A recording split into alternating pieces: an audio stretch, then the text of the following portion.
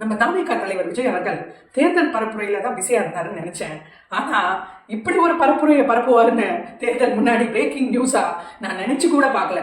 அதாவது திரு விஜய் அவர்களே, உங்க ஸ்பீச்ல லாஸ்டா என்ன சொன்னீங்க?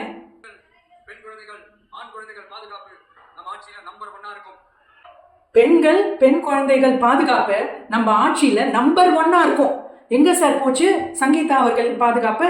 அது என்னைக்கு சார் உங்க வாழ்க்கையில நம்பர் 1 இருக்கு? இதுக்கு பதில் சொல்லுங்க சார் விஜய் சார். அதாவது உங்க வீட்டுல இருக்கிற பெண்ணையே நீங்க இவ்வளவு இழிவா நடத்திருக்கீங்கன்னா அவங்க உங்க மேல குற்றம் சாட்டின உடனே அவங்கள பல விதத்துல ரெஸ்ட்ரிக்ட் பண்ணிருக்கீங்களே சார். அவங்கள வீட்டை விட்டே வரவிடுறதுக்கு நீங்க தடுத்தீங்களாமே. இந்த அளவுக்கு நீங்க போன விஜய் சார், நீங்க நாட்டு பெண்களுக்கு என்ன பண்ண போறீங்க? பதில் சொல்லுங்க. உங்களை நம்பி அவங்க எப்படி ஓட்டு போடுறது? பதில் சொல்லுங்க விஜய் சார், பதில் சொல்லுங்க. தைரியம் இருந்தா, தில்லு இருந்தா, உங்க மனசு கிளீன்னா இந்த தருணத்துல தெளிவை கொண்டு வாங்க. களத்துல வீடியோ வெளியிடுங்க. தில்லு இருந்தா சேலஞ்ச்.